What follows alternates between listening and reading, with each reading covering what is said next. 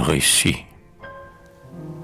Vieux Liban, s'écria le céleste vieillard, en s'essuyant les yeux que voilait un brouillard, pendant que le vaisseau courant à pleine voile faisait glisser nos mâts d'étoile en étoile, et que l'ombre des caps du Liban sur la mer, l'harmonieuse proue enflait le flot amer, sommet resplendissant au-dessus des tempêtes, qu'on vous cherchait jadis bien plus haut que vous êtes.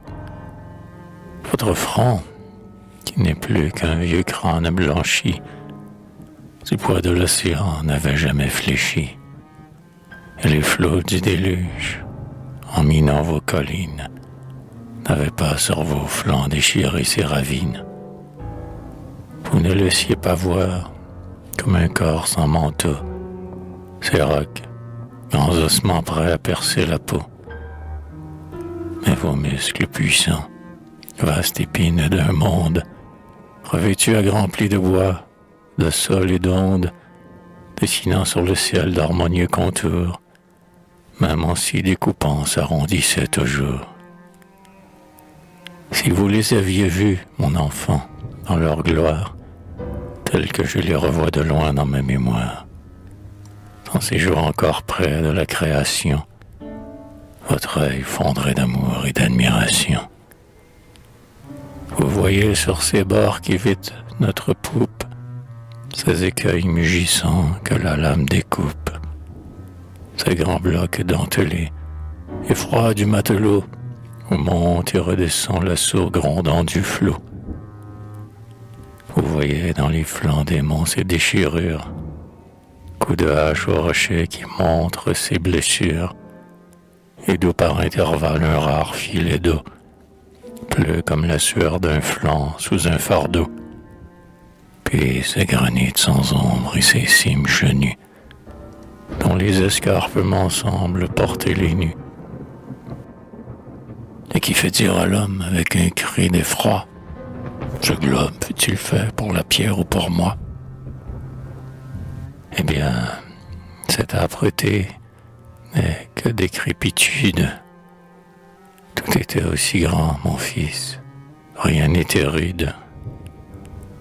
Partout pleine, partout comme grâce de chair, ces cimes que noyait l'océan bleu de l'air s'élargissaient, montaient, ou seules ou jumelles, de la terre encore vierge, ainsi que des mamelles que fait enfler un sang plein de sève et d'amour, et dont la plénitude arrondit le contour.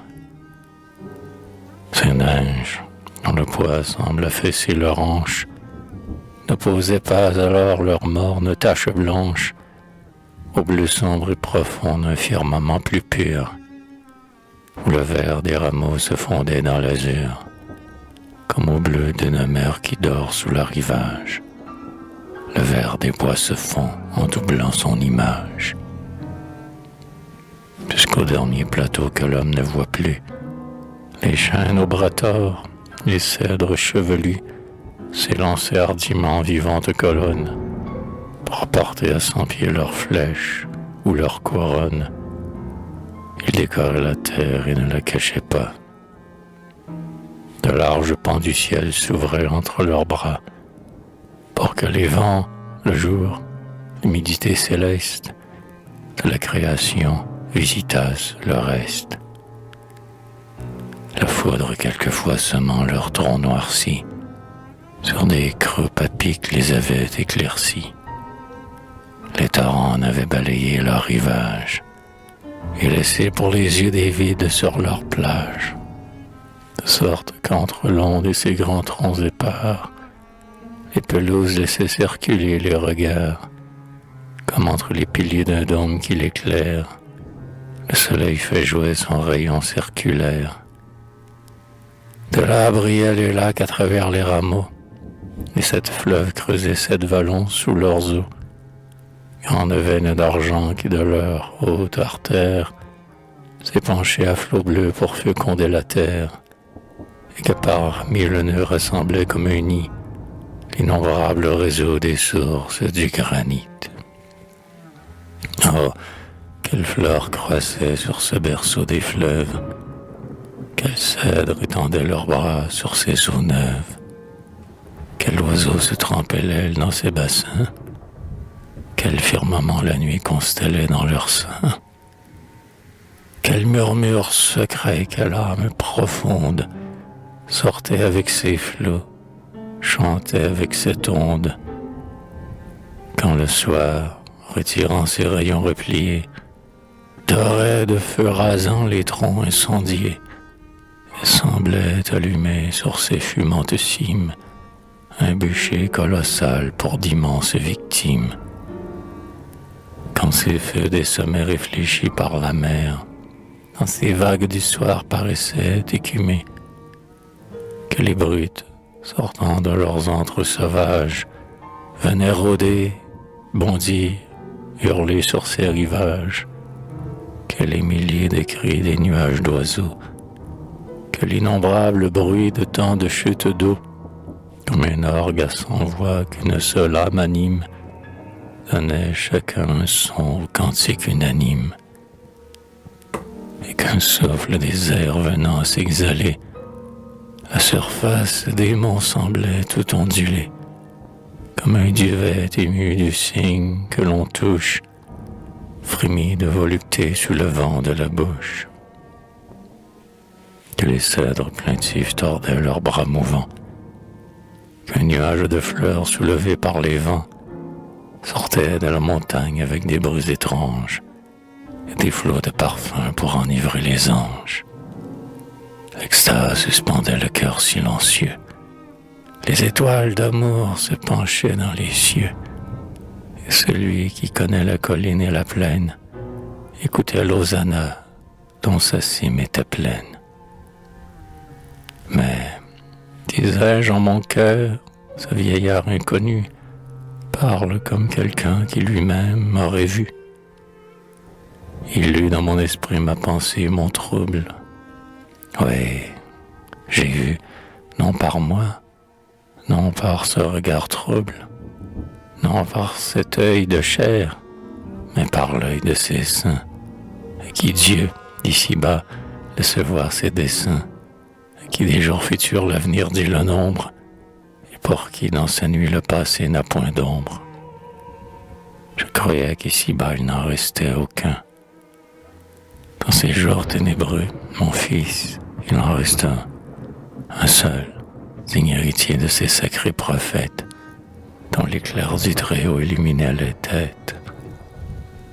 Heureux qui peut l'entendre en ces heures où Dieu le rend contemporain présent en tout lieu. Il assiste vivant au sublime mystère, aux actes successifs du drame de la terre.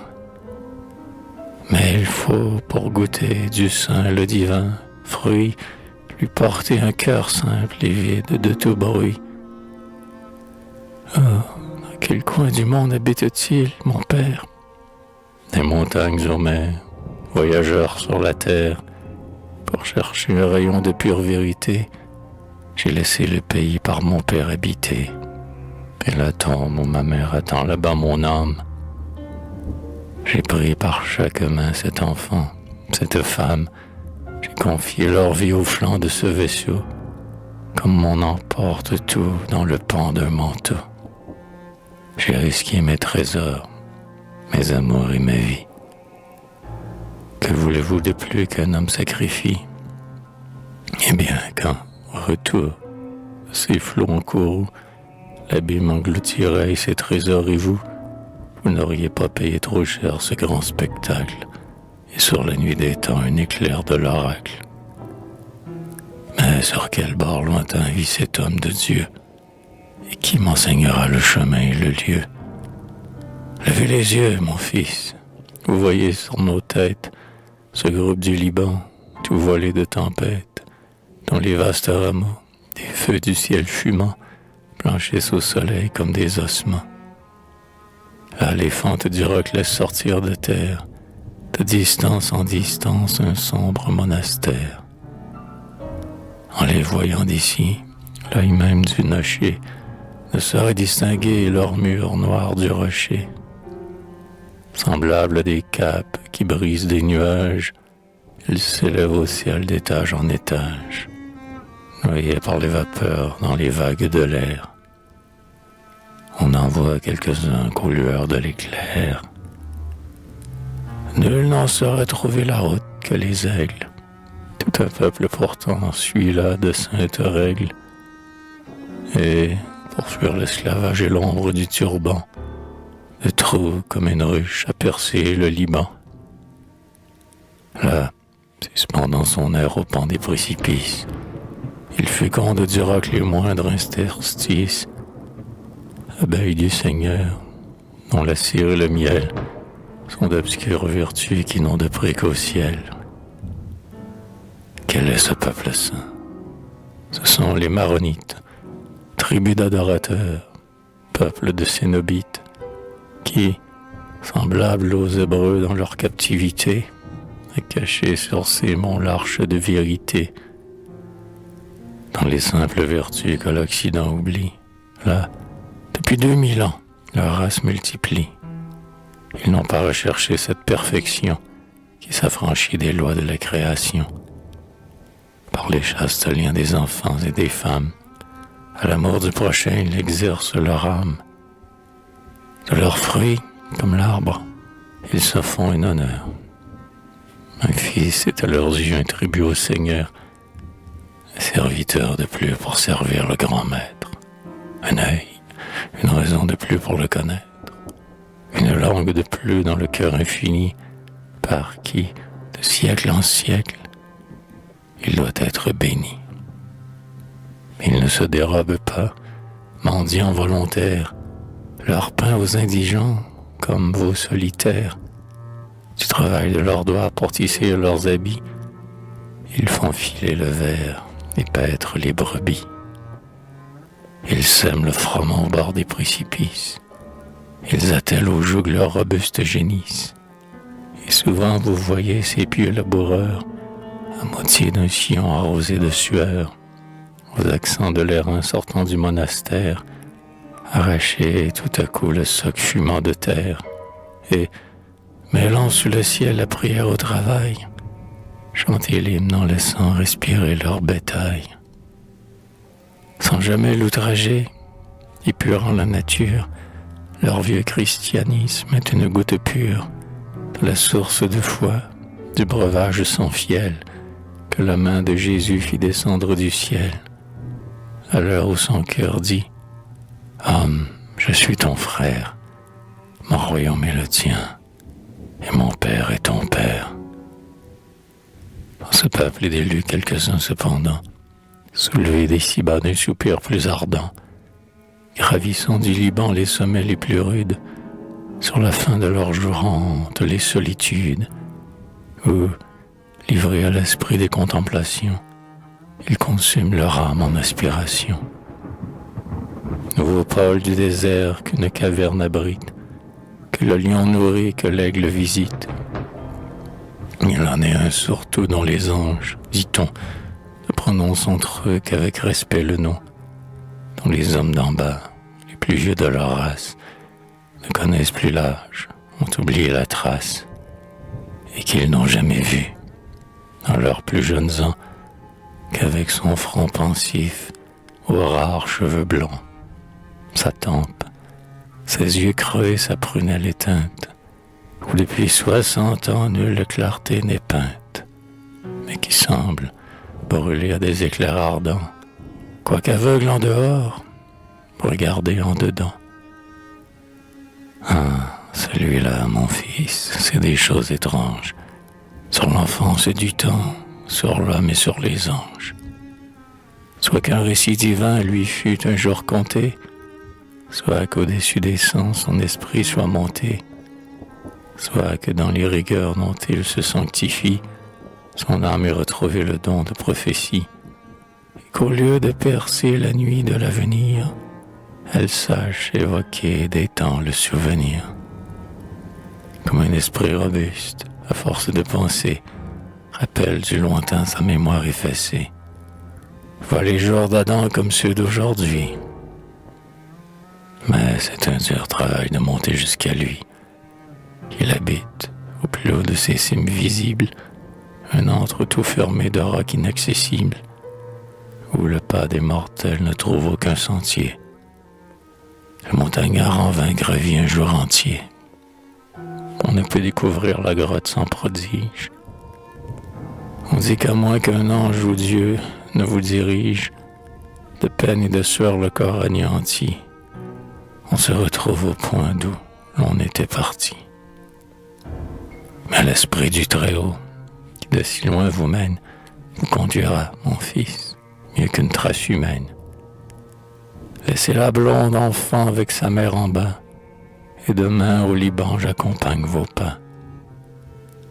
Nous laissons tomber notre ancre dans la vase, où l'antique Sidon, près d'un cap qui s'évase, rassemblé par milliers sous ses quais de granit, ses voiles comme autant d'aiglons rentrés au nid. Le temps n'a rien laissé de sa ruine immense, qu'un môle renversé qui dort au fond d'une anse, du sable dont la lune éclairait la blancheur, et l'écume lavant la barque d'un pêcheur. Que ton éternité nous frappe et nous accable, Dieu des temps, quand on cherche un peuple dans du sable, et que d'un vaste empire où l'on descend la nuit, la rame est d'une barque, hélas, et tout le bruit. Je laissais tous mes biens dans ma maison flottante, que ces flots assoupis berçaient comme une tente. Le vieillard et moi, d'un essor tout pareil, nos pas au flanc des monts devançant le soleil, nous vîmes par degrés, au lever de l'aurore, la mer derrière nous fuir et les pics éclore, des sommets atteints, d'autres sommets voilés, fendre des firmaments par leur neige étoilée. De là, le grand désert sous sa vapeur de braise brillait comme un fer chaud rougi par la fournaise. Et la mer, le ciel fondu à l'horizon, trompant, s'unissant les yeux et la raison, semblait un océan circulaire et sans plage, où nageait le soleil, les monts et les nuages. Nous passâmes au pied d'un haut mamelon noir que couronnaient les murs d'un antique manoir, tout semblable au monceau de gothiques ruines, dont l'orang féodal revêtait ses collines. Les turbans noirs brillaient au sommet d'une tour. Quelle est, des jours vieilleurs, cette ère de vautour? Quel crime, quelle ardeur d'une âme solitaire a pu faire habiter ce palais du mystère? C'est là pourtant, mon fils, c'est là, répondit-il, qu'une femme d'Europe a bâti son exil, et que, livrant ses nuits aux sciences des mages, elle s'élève à Dieu par l'échelle des sages. Dieu connaît si son art est songe ou vérité, mais tout homme bénit son hospitalité. Nous passâmes la nuit dans ces hautes demeures, la grâce et la sagesse en charmèrent les heures. Les étoiles du ciel fêtèrent notre accueil, et nos pieds en sortant bénirent le seuil. De la crête des rocs au torrent des abîmes, nous montâmes 3 jours et nous redescendîmes, touchâmes du pied les sauvages tribus, les enfants du désert, des races viles rebuts, les druzes belliqueux aux yeux noirs et superbes, adorateurs du veau qui ruminent leurs herbes. Les Arabes pasteurs, dont les chameaux errants, viennent de 30 jours pour boire les torrents, essuyer les saisons et dont les tentes blanches, portatives cités, brillaient entre les branches. Nous dormions en tout lieu, sans soif et sans danger, car partout l'Orient a sacré l'étranger. Enfin, au son des reins de leurs cloches bénites, nous connûmes de loin les monts des Maronites. Et gravissant leurs pics où se brisent les vents, nous laissâmes en bas leur plus sombre couvent. Les neiges, qui fondaient en pâle et jaune écume, fumaient comme des feux que le pasteur allume. Et, roulant dans l'abîme en 100 000 canaux, remplissaient leurs muets du tonnerre des eaux. Nous marchions en tremblant où l'aigle à peine niche, quand au détour soudain d'une étroite corniche, nous vîmes, étonné tombant en genoux, des cèdres du Liban la grande ombre sur nous. Arbre planté de Dieu, sublime diadème, dont le roi des éclairs se couronne lui-même. Leur ombre nous couvrit de cette sainte horreur, d'un temple où du Très-Haut habite la terreur. Nous comptâmes leurs troncs qui survivent au monde, comme dans ces déserts dont les sables sont l'onde, on mesure de l'œil, en reversant le front, des colonnes debout dont on touche le tronc. De leur immensité le calcul seul écrase, non pas se fatiguer à contourner leur base, et de nos bras tendus le vin d'enlacement, n'embrassez pas un pli d'écorce seulement. Debout, l'homme est à peine à ses plantes divines, ce qui est une fourmi sur leurs vastes racines. De la groupe du mont les neiges fondaient, jusqu'au bord d'un plateau leurs bras noirs débordaient. Comme d'un coup de hache, en cet endroit fondu, la pente tout à coup, jusqu'à perte de vue, plongeait en précipice, où, se brisant au fond, un fleuve tout entier s'élançait d'un seul bond. Et de là, vers la mer, se creusant en vallée, faisait serpenter l'onde en un lit rassemblé. Couché sur le rebord, pour qu'en plongeant en bas, le vertige des eaux ne nous emportât pas, nos fronts seuls débordaient la béante muraille. Mon guide m'y montra du regard une entaille.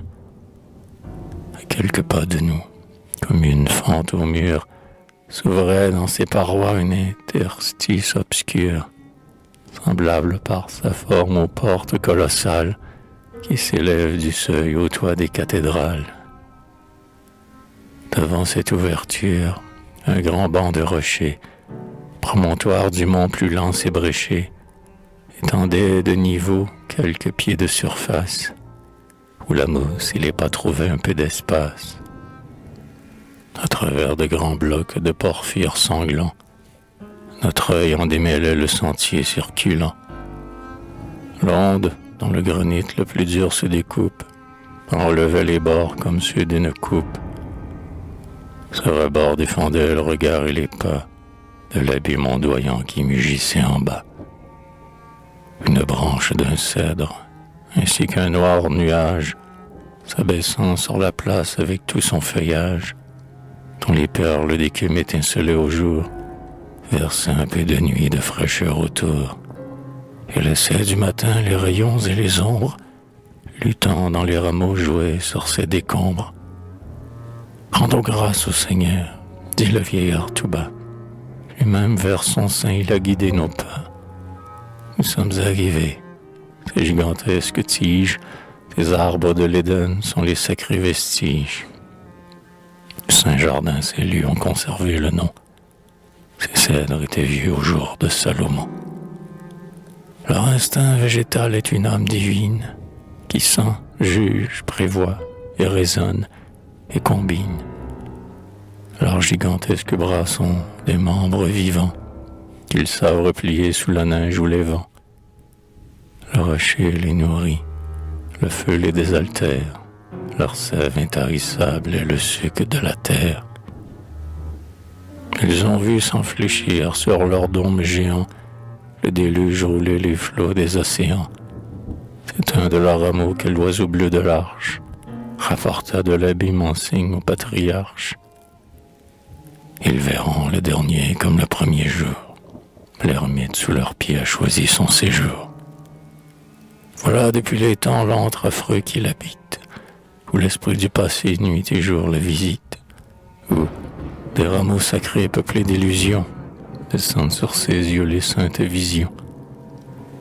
Son âme s'y confond à l'âme de la terre. Jamais seul, et pourtant constamment solitaire, il converse sans cesse avec d'étranges voix. Il voit ce qui n'est plus, ainsi que je vous vois. Son corps n'oublie plus aux lois de la nature. Quelques fruits secs sont là, toute sa nourriture. Et si du monastère à nos pieds habités, de ses frères en Dieu, l'active charité, oublia quelques jours d'apporter les corbeilles, des dattes et du miel, aliment de ses veilles, ce jour le trouverait mort d'inanition, sans avoir suspendu sa contemplation. Allons, suivez ma trace au bord du précipice, mais de vos pieds muets que le bruit s'assoupisse. Demeurez à la porte et gardez-vous d'entrer, si je ne vous fais pas signe d'y pénétrer. Car un sens qui s'éteint en rend plus clair un autre. Son oreille entendrait ou mon pied ou le vôtre. Et s'il est absorbé dans les choses d'en haut, craignons de réveiller son esprit en sursaut. Nous chasserions la voix qui parle dans son âme, comme en la secouant on éteint une flamme. Je suivis pas à pas mon guide. En un clin d'œil, de l'antre révéré, nous touchâmes le seuil. Un sourd bourdonnement, écho d'un cœur qui prie, ou d'une solitaire et sainte rêverie. Vers la porte du roc nous guidait en marchant, comme un bruit d'eau cachée qui croit en s'approchant. On eût dit que la roche, abri du solitaire, avait pris une voix élodieuse sous terre. Nous ne distinguions pas les mots, mais les élans de la voix pour l'oreille étaient assez parlants. On y sentait l'ardeur et les bonds de l'extase, qui d'un sein débordant jaillit et s'extravase, et de l'âme en travail le saint bouillonnement. Mon guide s'arrêta sur la porte un moment. Entre les deux piliers tendit un peu la tête, prit ma main, et du doigt m'indiqua le prophète. C'était lui, l'œil fermé comme un homme assoupi. Sur le seuil de son antre, il était accroupi, les deux pieds sous son corps, dans la sainte attitude dont ses membres pieux avaient pris l'habitude. Ses mains sur ses genoux, jointes par tous les doigts, le buste sur lui-même affaissé sous son poids, ses os près de percer sa chair d'anachorète, dessinés sous sa peau comme ceux d'un squelette, mais où l'on retrouvait la charpente d'un corps dont un esprit puissant avait mu les ressorts. Tout ce buste était nu. La lourde couverture que nouait une corde autour de sa ceinture déroulait seulement, pour ombrager le tronc, quelques plis effilés sur sa natte de jonc. Ce long bras attestait la hauteur de sa taille. Son épaule adossée à la rude muraille, imitant par la peau la teinte du rocher, comme un bloc de sculpteur semblait s'en détacher. Et sur ce marbre blanc les yeux voyaient à peine, faible signe de vie, onduler quelques veines. Son crâne, éblouissant d'un blanc teint de vermeil, ainsi qu'un dôme d'or éclaté au soleil. On eût dit que jamais aucune chevelure n'en avait ombragé la robuste moulure. Seulement les fils blancs de ses hauts sourcils se mêlaient sur les yeux à la blancheur des cils. Ses yeux étaient fermés, comme si la paupière n'eût plus cherché qu'en Dieu le ciel et la lumière. Un jour intérieur paraissait inondé, son visage immobile et doux à regarder. Creusé par la pensée, non pas par des rides, cette raie pure n'était plus que des lignes arides, dont un mince épiderme embrassait le contour. Même à travers ses joues, on croyait voir le jour. De ce tissu fibreux, la transparente trame semblait plus un corps, mais un vêtement d'âme. Et si l'on n'eût pas vu ses lèvres murmurer, et sa poitrine osseuse, en s'enflant respirer, on eût pu croire, au trait que le jeûne exténue, à l'immobilité de ce front de statue, à l'égale couleur des membres du roc, que l'homme et le rocher n'étaient qu'un même bloc. Le soleil qui rasait les parois de l'abîme, de son front chauve et nu teignait déjà la cime. Bien qu'il n'ait pu le voir, il paraissait jouir du rayon où ses yeux allaient s'épanouir. Comme par l'autre sens dont la foi nous inonde, on sent Dieu sans le voir dans la nuit de ce monde. La stupeur sur le sol pétrifiait nos pas. L'ombre sans mouvement ne nous trahissait pas. Le souffle de nos sens ne lui laissait connaître, entre le ciel et lui, la présence d'un être. Ah, qui il retrouverait les paroles de feu qui consumaient sa langue en jaillissant à Dieu. Le Dieu qui créa ces natures étranges, des lèvres de ses seins aspirent de louanges, comme il eût exhalé son matinal encens, sans qu'un signe visible eût averti ses sens.